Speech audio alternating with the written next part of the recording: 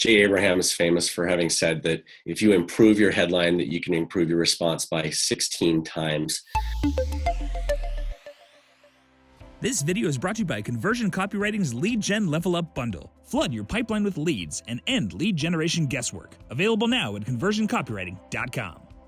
Writing headlines is maybe the biggest subject that there is in copywriting. It's especially when you're starting out, you have a lot of questions about this really critical piece of copy. So Rob, can you share with us some quick tips or techniques for writing better headlines? Yeah, absolutely. So writing headlines are really important for a couple of reasons. Jay Abraham is famous for having said that if you improve your headline, that you can improve your response by 16 times. And even if that's only half right, that's a pretty good reason to even think about your headlines, right? Right. David Ogilvy, who's done a lot of testing on headlines in direct response, did while he was alive. Talked about how 5 times more people read your headline than your body copy. And so it's really important to get your headlines right. So the question then is, what does a good headline do? Well, first, it communicates clearly. It's not too clever. It doesn't try to be too cute. It's usually really good at grabbing your attention and saying, hey, this is something I need to pay attention to, and continue reading. Good headlines target a problem or the pain that a customer is dealing with when they come looking for your product. And it promises a benefit or a solution for what it is that they're looking for. Usually they're written in the customer's voice, and it makes the customer want to read on and to continue with the web page, the blog post, or whatever it is that your headline is on. The best way, I think, to start writing headlines is to default to using formulas.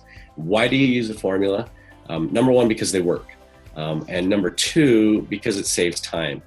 Just as an example, a writer named Ken Ziegler, who is the head writer at Squarespace, set a personal goal to write 500 headlines for Crest toothpaste. He did it. Some of them are good, some of them aren't so good, but it's a fascinating exercise. But the real thing that is amazing about it is that it took him 200 hours to write 500 headlines. That's 5 weeks of time, and Yikes. Nobody has time for that, right? Especially if they're trying to start a business or run a blog or trying to make any kind of money in what they're doing. You just don't have that kind of time. And so a formula can really help you cut time down and focus in on what it is that you want your customer to know. So just as a couple of examples, and there are hundreds of these online, some at Copy Hackers or other places online, but some examples of formulas that you might want to try. So number one, how to blank even if you blank. That is how to get something or do something even if it's really hard or you don't have a skill. So an example, how to write a book even if you failed 11th grade English, or how to dominate the bestseller list even if you can't type, right? This would be a great kind of a formula to use on a homepage of a website. Second example, how to blank like blank. So, or do blank like blank.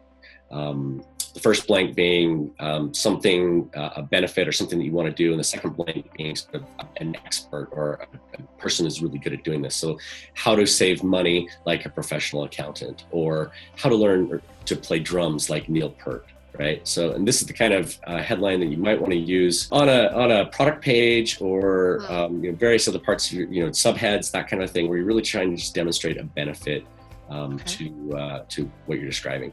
And the third example, 3 reasons why blank something blank. So an example, 3 reasons why your doctor isn't telling you the truth about your diet, or 3 things that your attorney isn't telling you about how to apply for a divorce, something like that. And it would be a really good headline to use, say, on a blog post. Somewhere, where you're explaining things, but you're not necessarily selling something with that particular headline. When you're using headlines or formulas for headlines, oftentimes people will say, well, that's copying, it's plagiarism, you can't do that. And that's just not true. You're not copying somebody else's headline word for word. You're adding in your own words, your own product descriptions. It may spark an idea. You're changing adjectives, or whatever. You're really not copying, you're making it your own. But there is a catch, and that is that you really shouldn't start with writing headlines. it's good to write headlines, but you've got to start somewhere else, and that is with your customer research. You need to understand the product. You need to understand the problem the product solves. You need to understand what's going on in your customer's life when they start looking for your product, and you need to understand how they talk about your product. Once you have those words, that's what you plug in to the formula to make it work. And if you do the upfront research combined with a formula, you're almost guaranteed with a little bit of work to come up with something that will do a pretty good job.